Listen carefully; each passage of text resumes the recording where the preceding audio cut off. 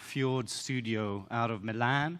We do, as I said, kind of design and innovation as part of Accenture Interactive, and essentially our design is very much service and experience-based, and at the heart, as you see, there's this element of human-centeredness. So if I click on, really, I just wanted to reach initially, a definition, or at least, we're talking here, we're talking customer journey. So what is it? And how do we see it in our work is essentially as a critical tool to business, and it literally provides a map, if we want, that can help navigate what is a fast-changing world.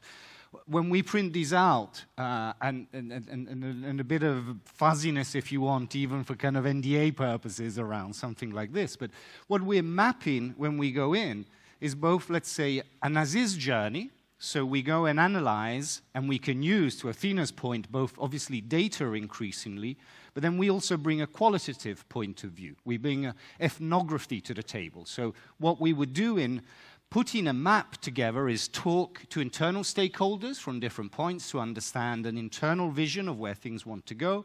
We will go out to talk, to customers, as we say. They can be consumers, they can be business partners, and increasingly they're actually employees. So we're working more and more on kind of employee journeys, because again, I think to Athena's point, as companies evolve and we bring out new technologies, also an organization needs to respond in the way that it's organized.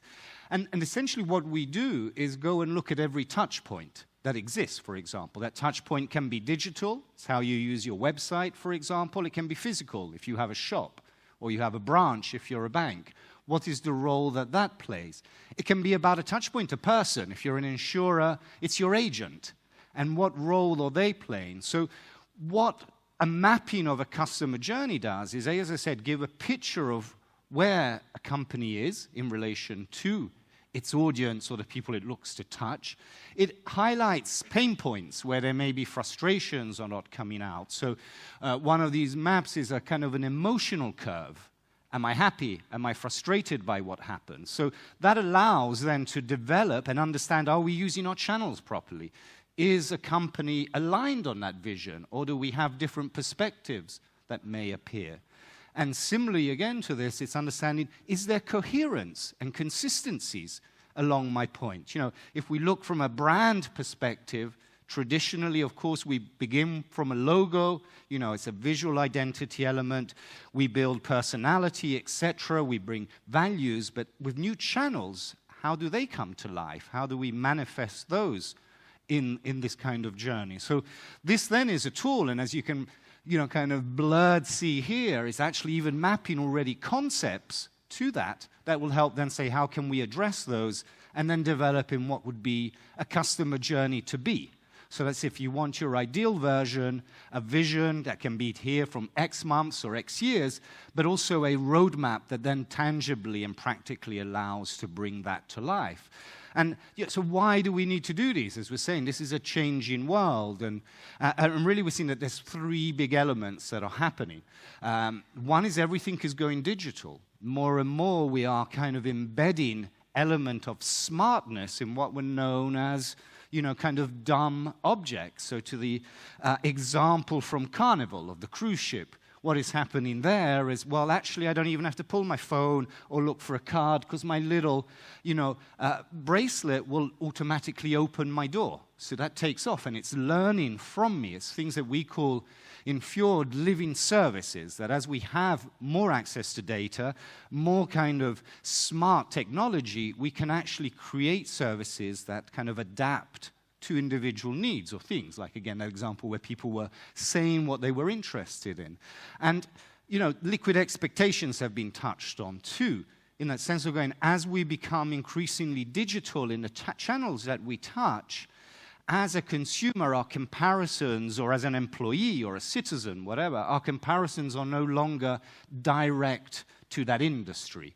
So if you're using a banking app or you're using an airline app, you will not necessarily just compare it to someone else's banking app. You compare it to Airbnb or to Facebook, so to kind of the people who are actually leading an experience. So it means the bar has increased dramatically in providing that kind of satisfaction to the people that you're doing. And what we brought to the table here is this idea of servitization. And as I said, we do service design, so we bring that often to the case, but it's feeling that because of the profound nature of transformation, things need to rise up more. So from kind of living services, we need to think of a living business, a living organization, and how that can react. And the reason, as I said, is that obviously in this changing world, and we have companies that are often siloed, we all need to work towards our shareholders' short-term return on investment. So what we're looking at is, okay, there will be a group of people, let's do a new product, or let's bring a new service out, or maybe it's more tech-focused. So great, yes, we need to build a data function, but maybe without understanding the why or what that needs to be, or a new department in a company.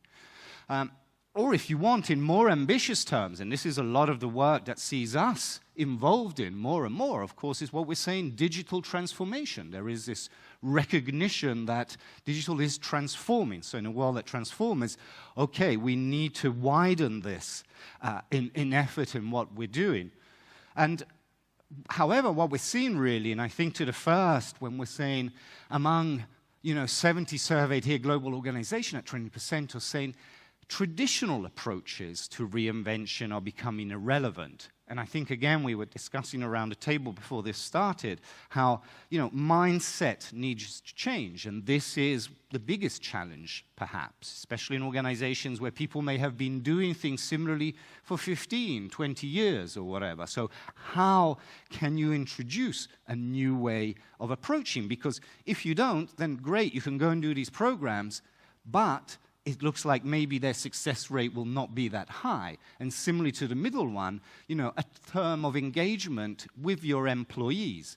Again, I think, things are changing. This is especially maybe reflected in millennials. Now, again, in countries, I'm half Italian, half English, and I know a Greek situation on youth employment, an Italian one, or a Spanish one, Mediterranean. Again, work is very important beyond thinking externally, but we are still looking, all of us, I think, for meaning and purpose. Why do I get up in the morning and do my job? So how can we engage, again, the people that we work with to help, if you want, create a common vision and a common place that we're looking to reach? Because, again, in these accelerated times, and it really, I think, if I think back from mid-90s when the browser first launched and it kind of started making internet mainstream, what we're seeing is really an acceleration. So if before you could think, hey, I'm an S&P 500 company, I'm here today, I was here yesterday, I will be here tomorrow, that no longer becomes a statement, but is turning more into a question. So if there isn't. And I always find this of an average lifespan of a company, and if you compare it to the 1950s, in the US, it was 61 years. It was kind of a person's life. Now we're more down to dog years in a way. They're saying this is 18. So again, names, and I think, technology in itself being the biggest kind of creative destructor it shows that. I used to work for Nokia, and if you think, well, okay, Nokia may be an exception, it keeps coming back, but if you look at mobile phone brands, the Nokia, Sony Ericsson's, Motorola, where are they? Maybe they've gone back to doing networks or whatever. But big brands that were out there were in people's heart. I traveled the world with Nokia. Little kids, that the ringtone still kind of reverberates. And yet, they were not able to keep up with certain elements of change. And this now, as a disruption, as I said, is not just technological, it's touching everyone. And plus, if we look, as I said, in a world of increasing touch points, and also in a world where we need more ecosystems and to be building partnerships, the kind of experiences we need to deliver are kind of spiraling nearly out of control. Spotify is a great example of who has done this well. So, they are considering the different uses that may be, from my designers who are in front of their screens and they're listening to Spotify as they work and the way you're using it there, to a laptop, to your tablet, to it being on a smartwatch. Again, what happens when I'm moving, if I'm a runner, how am I integrating that? And again, importantly, how do I create these new partnerships in these new ecosystems? So the example here, for example, with Uber, was the possibility that the moment that I enter into a Uber cab, I no longer have to listen to maybe the football results or old whatever pop the cabbie is listening to, but hey, that will mean that my playlist continues as I go in for a drive, and it's creating that kind of seamless experience. But again, creating this kind of simplicity of use is, of course, very complex in bringing it together. So, as I said, as we accelerate into the future, what I did want to do was actually kind of take a step back as humans and learn from what it is that makes us human, how we react to things. And I said, we'll really go kind of back to ancient Egypt. And there was this myth that is told that the god of technology one day arrives and goes down to the pharaoh and is all very excited because he has this new invention that's arrived. Yeah, and he goes there to pharaoh, look what I have. And the invention is kind of writing, so it was being able to record things. And he's expecting, the pharaoh to, get excited with the god. But actually he goes, well, wait a minute, let me think about this. And the result to it was, when he came back, was going, I'm not really sure. I'm worried, and to the quote here, that this discovery of yours will create forgetfulness in the learner's souls. And really it's a way of saying that from very early technology, when we gain something, we also lose something else. So again, knowing what we gain and what we lose can help us design towards that.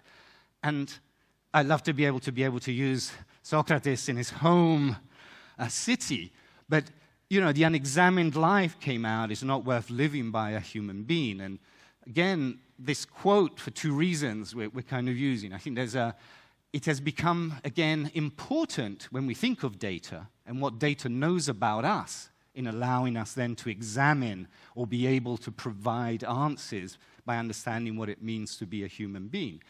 But it also is symbolic as one of the cradles of civilization, at least in the West, where we're seeing, you had the agora, you had symposiums, there was an element of conversation. That's how we grew. We grew our businesses, we grew politics, religions, etc., through dialogue and conversation that was happening face to face. And if we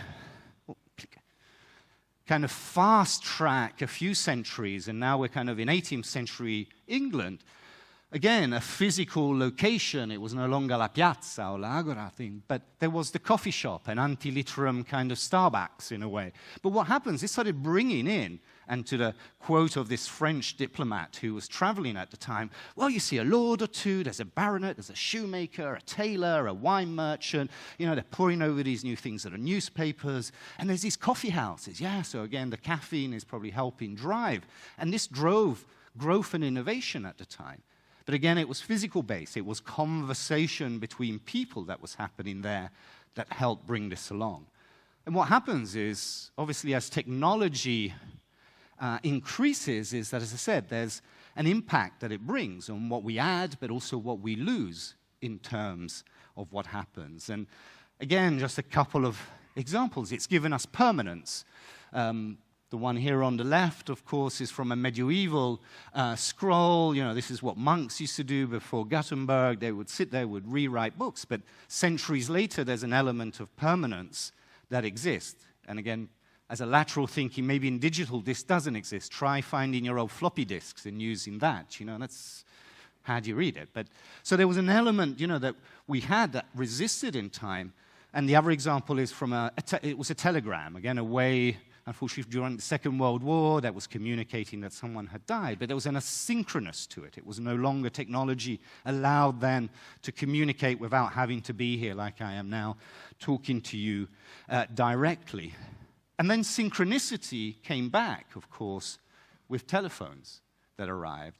And what it did was then break down distance and, again, change the world dramatically. If you're working for corporations, you will have probably lived. I saw Volvo had Skype for Business integrating in the new models. Hopefully it will work better there than it currently does. Any Microsoft people? But you sat in cars in São Paulo, being on conferences called with people that are sitting in Cairo or Moscow. So this has really changed. There's no longer the opportunity of saying, I'm on the other side of the world, or, hey, I'm in Athens today. My work is here. It reaches me. So this has changed, again, what we're doing and how it comes in. And then, this is to me the really big change, And if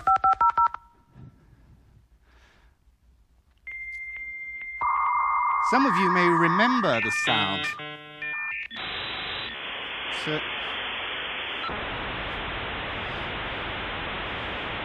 So maybe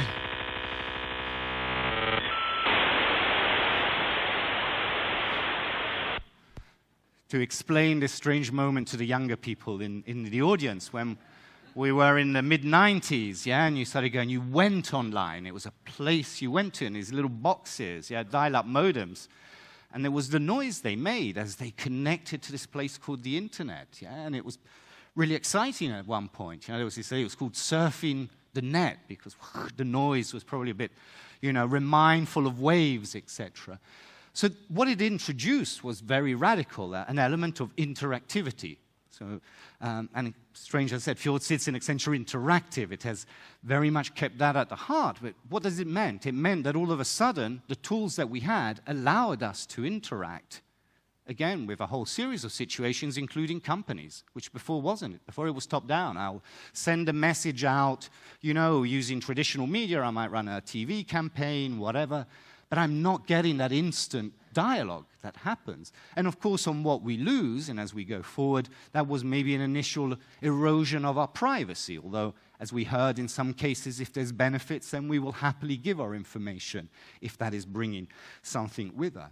But what it does, and I'm not a fan of business books. I prefer to read other things, but there was a book that came out at the end of the 90s called the Clue Train Manifesto that some of you may have come across, and it was very ahead of its time because, again, it was saying based on this interactivity, what has happened is that markets are conversations, as they've always been. I'm staying in downtown Athens. The fish market is there, isn't it? You go in, you speak. Well, I don't speak Greek, but you have that kind of interaction. So all of a sudden, interactivity has brought back conversations, but to the quote below, which came from one of the companies, was, well, actually, it's true. There was this kind of clue train that was stopping it, was bringing us things for years, but we never knew how to deal with it. Companies weren't prepared.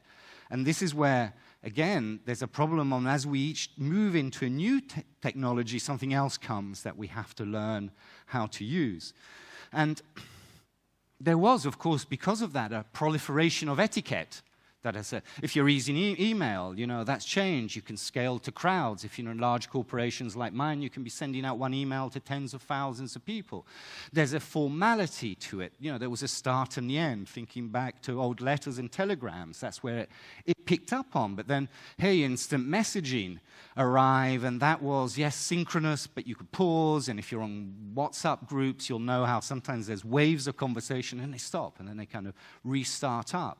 And there was an informality, and there was the start of using icons, early emojis, or then you had things like Twitter, which was asynchronous, and more we've seen how it opened both to public abuse, but is being used and reframed in politics, etc. And, well, we have the President of the United States that gives a good example, or not, of how Twitter can be used or abused around that, but the elements of transparency. And then, you know, again, I said in this acceleration, we arrived to smartphones, and in particular with the arrival of an iPhone. But it meant that we had spontaneity. It meant that, again, the journeys of our customers change because they can do things in that moment. I can be wandering around and I just took a picture to send it back to my team. This is, you know, a feel for what this room is looking like here. But there's also, as I see from some of you, distraction, isn't there, on your handset, because we're always having other stuff that's happening. You know, it's that kind of continuous partial attention. Yes, I'm listening, and we're all going round. I caught the tube in yesterday to try and, like anywhere else in the world, we're all, well, yeah, looking at our phones. So, as again, this is what we lost. We lost the opportunity to focus on things. And again, that proliferation not only of etiquette, but of media. If you get an SMS, there's an insistency to it, you know, that you're looking. And the limitation of character, again, created a way of communicating that maybe as companies we're not used to. Yeah? And as we said before with social media, again, it's more ambiguous once again. And then chat. And chat has taken off incredibly in recent years, you know, driven by WhatsApp in most of the world and WeChat in China. So there, and then we start adding video and audio, and you see kids walking around doing vocali, as they call them in Italy, to send stuff. And it's a reinvention. They're not calling anymore, but they're sending messages. So we keep playing, and how do you as a company react to certain things? Because at the end it means, as we saw, as humans, as people that are made of flesh and blood and not zeros and ones, in this kind of world, how can we, what happens? Because, again, this was what it looked like in the late 80s. This was not human-centric at all. You had to learn something. You had command lines that were allowing you to kind of action things. But obviously we have changed dramatically in the kind of 30 or so years that have passed since that. And hey, we're actually back now through audio and video to the reintroduction, if you want, of body language, which is key. We speak a lot, but again, you'll see, like when I talk of initial interviews, the way we react to other signals are now back in the way we communicate, So that body language is there, and emojis, if we want, yeah? So again, thinking back to the Egyptians and hieroglyphs, we've kind of gone full circle in a way, and we're bringing out a language that now has become more universal. And you're asking, there's things between Microsoft and Apple on what's the best emoji for a hamburger. Does the cheese go above or below? So these are also discussions that have been kind of taking up of large corporations thinking, and of course pictures. These came back, and the rise of the selfie, that was, I think, one of the biggest ever. But beyond the narcissism that may come out of being able to continuously auto-reference ourselves, again, it's a way of being human and showing humanity in a digital time. We react to if we're smiling or not, if the people are happy or what's happening around this. And then there's also, as I said, the rise of video. And this is just a piece shot by any phone. It was sent from my sister. It's my nephew who's there, and it was his school thing. Yeah, he's about to play, Smells Like Teen Spirit by Nirvana. But if anything, this has enriched, and I'll leave the music out for there, but this has enriched the conversation in a way that video has given me a lot more info than maybe my sister just writing, hey, I'm down the local school seeing something. There's a lot of things you can pick up on in here. So again, these new forms of communications are challenging to the way that we do conversation. And what we're saying is this rise of conversation and the channels we prefer, so going back to WhatsApp, has actually given rise now more and more to conversation becoming the interface and the way that then we convey things. The example here from WeChat, and if you have come across, as I said, the Chinese equivalent of WhatsApp, who is kind of a lot more evolved and having become a mega platform. If you talk to people in China where there are, I'm going back 18 months, they were saying there were 10 million apps embedded in a WeChat app, which has become, so that number has surely increased, and people do a lot from payments to taxis, so they have created, but it is driven through a chat-based channel. So, and not only that, as I said, to add to the complexity and to changing things, what is now appearing is voice. Now, again, this has started in the US with the arrival principally of Amazon Echo, and the voice inside is called Alexa, but we have, Cortana from Microsoft, there's Siri on your Apple phone, so all the big players are, now moving into a space which is driven by voice and is no longer simply using this. An Amazon Echo is sitting in your lounge, or it's sitting in your kitchen. And again, there's implications here on designing journeys and engaging with your audience, if you think. Now, one thing is, FMCG, so something easy. I go in and up to now to buy my yogurt, and I walk into a supermarket, or I go online and I go to my supermarket's website. I have visual clues. I recognize the brands that are there. I can walk up, there's 20 brands, I like the one I want for whatever reason. Is it premium, is it cheap, or whatever? I have made a decision. And similarly online, what happens the moment that I'm at home and I go, Alexa, I've run out of yogurt, can you order some? How do you position your brand in a space when you're voice-driven and there's no visual element? So again, here, are you going back to brand names or not? Or who positions himself first in this space? And this voice, so we're saying really is, again, helping drive as continuous evolution, if we're looking at principles that apply to this new kind of way, a new interaction that will be arriving, is, as I said, the UI becomes the conversation itself, and that is a medium of interaction. There's also a case of the interface of least resistance, and by that what we mean is a new technology is not necessarily better than something that came before. So, you know, when we talk around, I don't know, people, and there's an example of apps that can regulate your lights at home. I can just go and click a button. Why do I need to pull my phone out and do 3 things to get in and unlock it so I can turn my lights on at home? So similarly, on an Amazon Echo, it is all voice-driven aside from one thing, which you can move and regulate with your hand, and it's the volume. And if you think about it, if I say, Alexa, turn it up or turn it down, that's a very difficult command to interpret on, well, how much up or how much down? So again, let's not exclude with the new what came before. There's an element of sequence that arrives. You know, we're used to now multitasking. You have tabs open, there's a chat going somewhere. Something like voice needs to follow. If you start jumping, it's going to get lost. And context is key. So again, these are spaces. Again, when we think is, how is something used? I can be sitting at home and say, Alexa, you know, can you tell me my current account status or something? I'm in the privacy of my home. But if I'm walking along, Alexa, and if I ask her and she kind of answers me, I maybe don't want people on a tube or around me to hear this. So there's space there to create context. Or if multiple people use it, how does it discriminate between myself and my children and how they? So again, a lot of space of new development that's coming from these. And the last, mind your manners. As always, we're saying there should be an ethical approach. And know, for example, and we'll arrive to bots, when you're speaking to AI as opposed to, say, speaking to a human. And again, I said, in the changes that we're seeing, so voice calls are going down, but we've seen especially some telcos in Asia, which see it flatlining in the 3-4 years. But as I said, this voice is coming out more and more as a form of user interface, and how do we manage that? And also, as I said, the idea that made longer just be your phone. It can be objects in your house that are responding to what you do. And expect Alexa maybe not only just to answer, but in terms of living experiences, what happens when you give. And again, thanks to terms of artificial intelligence, machine learning, an element that Alexa can learn, and maybe I've forgotten something, and she reminds me of it.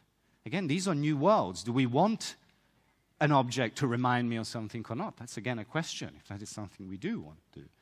So, and then, there were bots.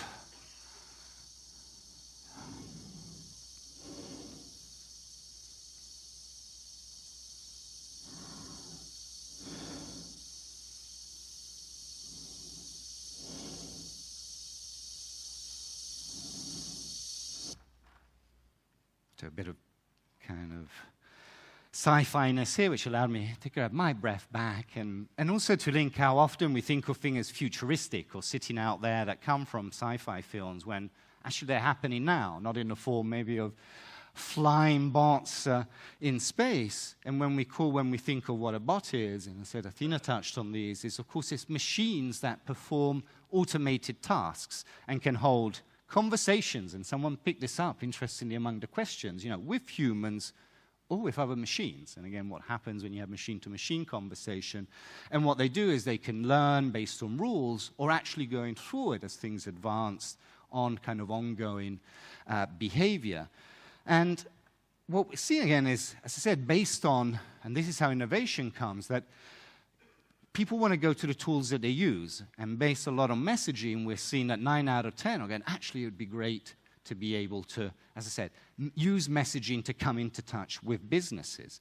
Now, again, we believe, because this is in early stages, that again, you know, AI is still growing a lot, you know, things. Our use cases are often taken from previous technology, so we're yet to bring fresh ones to the market.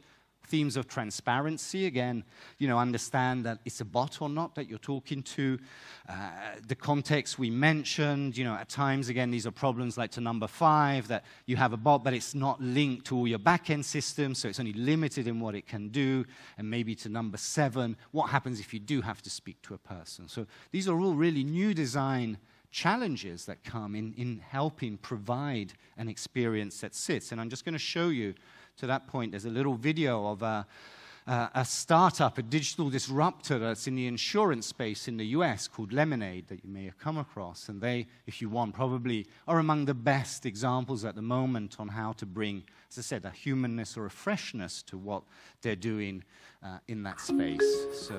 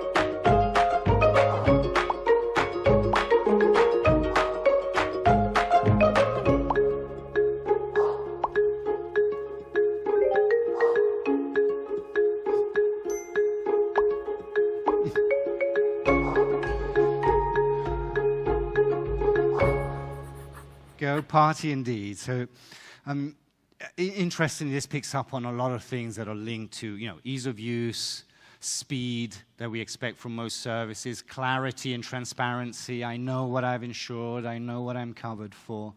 But again, I think the last point, or they made towards the end, was also bringing a purpose to life, where they're saying if we have unclaimed money, which often is a bone of, look at insurance companies, if it's not claimed, they keep it, of actually being forward and proactive in responding to cultural changes, going, no, we will give this money to charity and you help choose what charity it goes towards. Because otherwise, what we're seeing, and again, in a space, if you're looking to move into this, you have Domino's Pizza, or at least a pizza, I'm not sure if it was Domino's over there. We have a florist here and H&M in the middle, but these experiences are all very similar. So again, especially if you're looking to bring your brand, your personality voice, how are you doing it as yet? It's difficult for that to happen in this space, because it's where is the differentiation? The same, we're used to differentiating across other channels. Again, here is not only the experience, but also how to bring your uniqueness to life in this space. So we've been using this word living a lot, living services, I speak in living business, and similarly a brand should have an element of adaptation. So again, through voice activation, or if you're doing chatbots, how do you bring personality? How do you bring tone? I said a proactiveness, a knowing. Here you have symbol of a British dog, which is quintessentially English, and an Italian sports car, which reminds you immediately of where they're coming from. That kind of immediacy is something we have yet to find and discover how we can do using newer technologies. And again, if we look at changes in what's happened, especially in the last 18 months with Brexit, the elections in the United States, more and more how we're seeing the use of a cooperative of Facebook, etc., where through algorithms and again a use of big data and understanding that has actually influenced and helped influence elections. So this is information that is out there. As I used to say with Facebook, if you're not paying, you are the product. And maybe all those questionnaires on a kind of pizza or the place you like go on holiday, this is then helping generate ways of targeting you very well. LinkedIn does. And this is a thing called Crystal, and I don't know if you've come across it, but it's very worthwhile checking out. Again, it's a great example of AI that actually scrapes your LinkedIn if you use Twitter or other social media, and it goes and gives you a definition of your personality. I tried it a bit hesitantly, but actually it was very close to what I do. And not only that, what it does is give indications, for example, on how to write to an email to someone. If it says about me, if you're writing to Ashley, be to the point, don't be too serious, maybe a bit of joke. You know, there was no formality. That's very true. So these tools actually have a better knowledge at times than what maybe people around us have. So we can be thinking, again, to a point there around how intelligence grows in things is, why not have, you know, this AI-driven chatbot that can read your personality based on the things that you have said online. And, you know, it should be able then to pick up on certain stimuli to respond accordingly. You know, in psychology, it's called mirroring. So if you see one way of thing, you respond to that. And again, you know, it's how can it learn?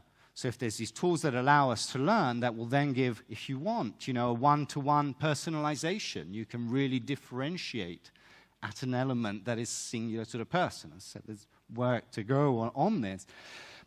And we're being all very futuristic maybe, but that future is coming. And again, it's saying, well, why should we bother with messy humans? You know, where's the role that they are playing in this? Well, is that the things that we're seeing, and this is if you want a list of the kind of work that we're doing in Fjord, that a lot of the challenges that come to us from business, from governments, from whatever corporations, are often human challenges. You know, I don't know, it's give field workers hand-free access to latest customer data. It can be, again, hire to reimagining that hotel experience for a new generation.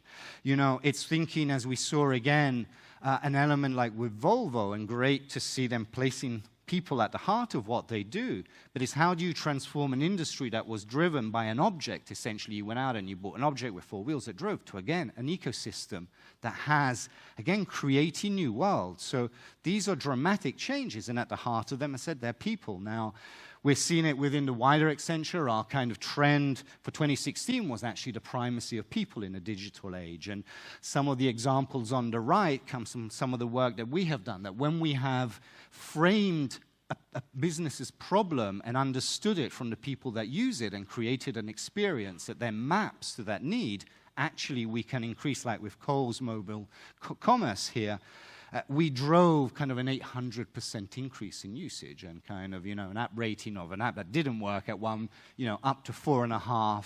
And that's just, as I said, an app, and we can obviously think this much wider in where we're taking things. And again, I think it's not only us. If we look, and I think in particular to this quote here, you know, design-driven companies have shown over 10 years a return that's over 200% in ones that are not using that, and that there are elements of, as I said, customer engagement that are shaping more and more the agendas of companies. So to the last point of customer differentiation, you know, now we're thinking 89%, and this is in 2016, it's probably risen even more, that, you know, customer services becomes a primary tool for competition, and just 4 years previously it was 36%. So a dramatic change in the importance that this acquires within organizations. And what we see, especially in digital space, is that the superstars, in a way, of this world are experience-led. Behind these companies, from Pinterest to Spotify to Airbnb, there's often been designers among their founders, or there's been, you know, part of that initial team that has always anchored the person and that experience very much at the heart, and not as an afterthought to where they needed to take things. So we're saying, really, you know, you need to be this people-led based on these liquid expectations. So they increase, yeah? We're expecting more and more that element of magic. Go back to that sound of that modem. Now, if your phone's not on in 1 minimal second, we start getting agitated. And actually, it's cheaper in digital times also to try and do things. And again, this is a mind change where we come in going, look, we can test, we can prototype, we can take things to market very quickly and understand or not if they work. They don't need to be kind of old school waterfall where you go out with a big bang and then, you know, if things don't work, obviously the fail has much wider impact. And what we're saying at the end is that differentiation these days tends to come very much through the experience. You know, technological advantage can quickly be replicated. An experiential one is more difficult. So going back again, you know, to the cruise ship example, you know, this was a confined space. What they have done, they have built that on an experience that will differentiate them from, of course, competitors that are running similar things with their ships. So what does it take, are we saying, and how do you bring this to life is, of course, I'm saying is be experience-led. Bring this and help that drive your thinking. So essentially, again, it's a lot sits here, is how do you change your perspective? How do you change your focus on things that you want to do? So often we began with things. So, if a door is unlocked, send a message to alert owner. Well, maybe not, because maybe I knew they were entering. So, it's alert owner only if someone else has entered that you weren't expected. Or if I have a smoke alarm and I'm here now and it goes off, and my kids are back in Italy, and I don't know what's happened, all I'm going to do is get even more anxious and worried because, oh my God. But maybe, as it is here, I get a message saying, yeah, your smoke alarm went off because they were cooking a cake with the nanny, and hey, everyone's fine. So again, it's shifting from things to actually delivering the value that people would want out of tools. And again, we come from a world where we spoke of customer loyalty. That's changed now. People are not loyal. So how can we, as companies, bring that loyalty to customers? Piece of work we did here for Turkcell, a company in Turkey, of engaging with millennials and ensuring that that was in place. And this has been a theme from before, that of course we will see professions and jobs that disappear, but what we're not wanting to do is the idea of coming in and replace employees with digital. It's not. The thing is a combination of the two, so we want to empower them irrespective of the role. This is work done for an Australian telco where we were giving tools to the people that were working to enhance what they're doing and not substitute them. Or take everything, like from a simple transaction. This is work from a few years ago, but you get a phone bill, it's always incredibly hard to read or to understand what it refers to. We took that and we took data visualization and actually then gave an infographic that made it quicker and easier for the customers to understand what their data or their allowance was going to, and as importantly, and this was to a problem of the client, was how do I reduce calls to my customer center? I have people calling every month because they don't understand it. So that led to a 50% reduction. So again, it's always how do you get that win-win between delivering on a business objective and delighting your customers that are involved in that. And it's not only, of course, your customers, as we've been saying, is again not thinking of your employees, but how to engage and how to motivate and give the appropriate tools. Often, I think most of us, especially in large corporation, will go in our intranets, and it feels like we're time traveling back to the 1990s, as opposed, while again, those liquid expectations that touch us as employees. Or not optimizing in silos, but again, and I'm going back to conversations and this exchange between people, a piece of work we did for Harvard Medical School with pediatricians, where you have obviously specialist language coming from doctors, you have anxious parents on the other side. It was often difficult to bridge an effective conversation, and again, through the use of data and visualizing that data. And again, I think data and design are becoming more and more intertwined and important as they go forward. It gave tools that made it easy for a doctor to communicate to those parents on problems or not that may have existed. And we continue with, another term that we see used a lot is minimal viable product. Need to get something out quick as long as it kind of has that feasibility in place. And I said in Fjord, we talk about putting design at the heart and driving emotionally. So actually we say, no, we should have minimal lovable products that from the start generate also an emotional engagement. So as we're building kind of that first skinny version of it, we can't just talk on feasibility, but it needs to go through kind of this Maslow-like chair of values that we're bringing to life. Second is obviously be nimble and flexible. This is much easier to say and more difficult to do, especially for large corporations, but often it's like start small, again what I'm saying, pilot in a specific place. Uber is the example here of when they started. So, it was in San Francisco responding to a certain thing. It's grown globally. Take risk. Couple of examples of work we did for a Spanish bank a few years ago around child banking. It was a concept that didn't take off at the end, but it was learning for them and for us going forward on how new things could come into play. And to our customer journeys, here's another example of them. These are, again, tools that help map and provide an understanding, again, internally on having a common vision. I said we're often verticalized, and this can instead give us a vision end to end. and is a tool, as I said, to help also motivate where we're going. So the time is starting to run out, but it's kind of connect your assets to make use of what you have. Starbucks is the example here with its chain of obviously coffee shops that are prevalent everywhere in places like UK or US or around here, or Argos, which was a seller of things for the home that managed to kind of enter into competition with Amazon because it had physical places that allowed for pickup or click and buy, etc.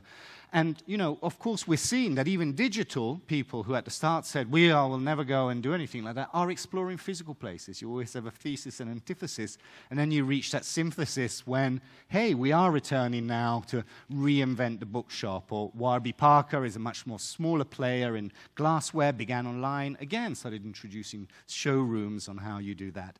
And finally, it's kind of, how do you make the visible invisible?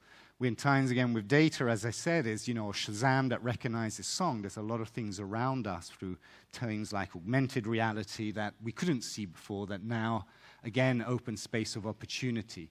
So this is really a summary of the three things. Now there's a bit over, I think it leaves us 10 minutes for conversation. I have a last video I wanted to finish, which says a bit around and summarizes a bit of this in the tools that we use around service design, and it's kind of tale of two coffee shops, which I just wanted to What is service design? with you. I've been thinking about this for a while, and I recently discovered a brilliant quote by Mark Futine that I think sums it up perfectly. When you have two coffee shops right next to each other, each selling the exact same coffee for the exact same price, service design is the reason you go into one coffee shop and not the other. So let's play that out in a little scenario. Coffee shop A decide they want a mobile app. So they put a team full of people together to work on it for a couple of months before delivering it to their customers. The customers download the app only to find it's got nothing that they need. Now let's look at Coffee Shop B. Coffee Shop B put the customer at the heart of the experience. They talk to them. They do some immersive research and really get to know what the customer's doing before, during, and after their coffee. They can map this out on a customer journey where they identify the highs and lows of the experience and uncover some service opportunities and start to explore solutions. The team then start to speak to other people from around the business. They speak to the colleagues in store and understand what their day looks like. They speak to the founder to look back at the original vision for the coffee shop, as well as the marketing team and the suppliers too. Once they have all of these people together, they can run a workshop or a series of workshops where they can identify the real business objective and exactly what they want to achieve. They can start to design some concepts and test them with the customers they now have a relationship with. They can do a tech analysis and plot everything on a blueprint that documents all of the support systems necessary to bring these concepts to life. With all this, they can create their North Star vision, all resulting in a mobile app full of features the customers love. But it doesn't stop there.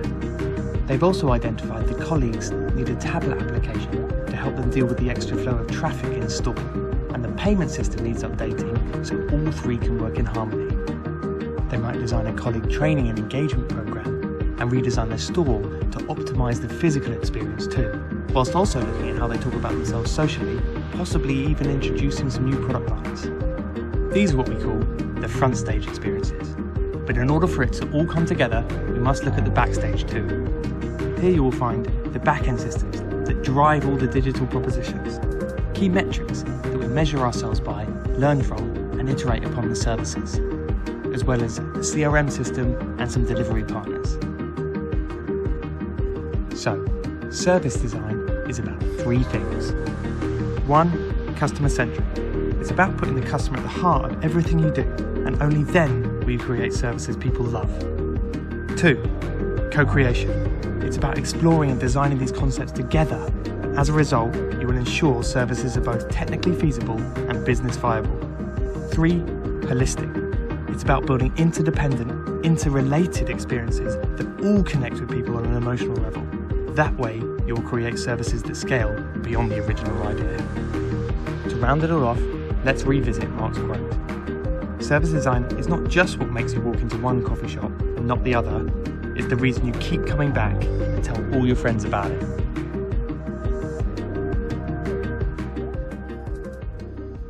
So really, I hope that again, help bring together those really three elements of putting people in, at the center and working around them and not just going out designing something. The co-creation we haven't really touched on much, but is key. It's always working and co-creating together with users, the people from companies that bring that knowledge to the table, and to the last, the holisticness of it, that you can no longer probably think of single elements, but how you create an end-to-end experience. As you see, starting from a little app, it takes you into a whole series of directions. So it's my thank you slide on this, and I think we have 10 minutes left for some questions. So.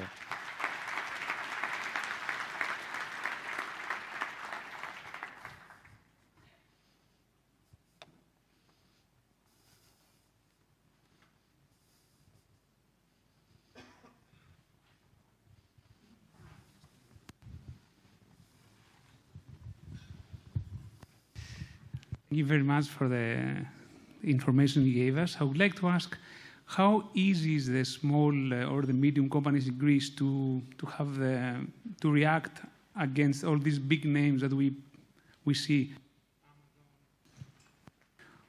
that they have so unlimited budget for all this customer journey and all this technology?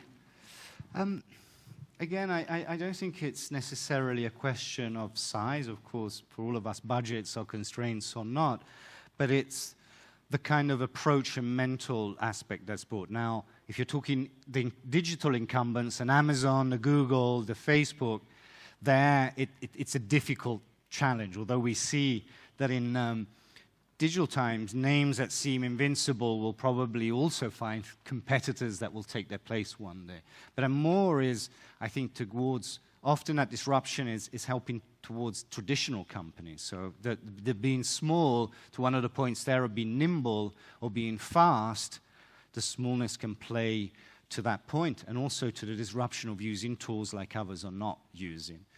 Within maybe the big four digital players, it's understanding how to leverage their assets, maybe to play as part of an ecosystem that it feeds into. Thank you.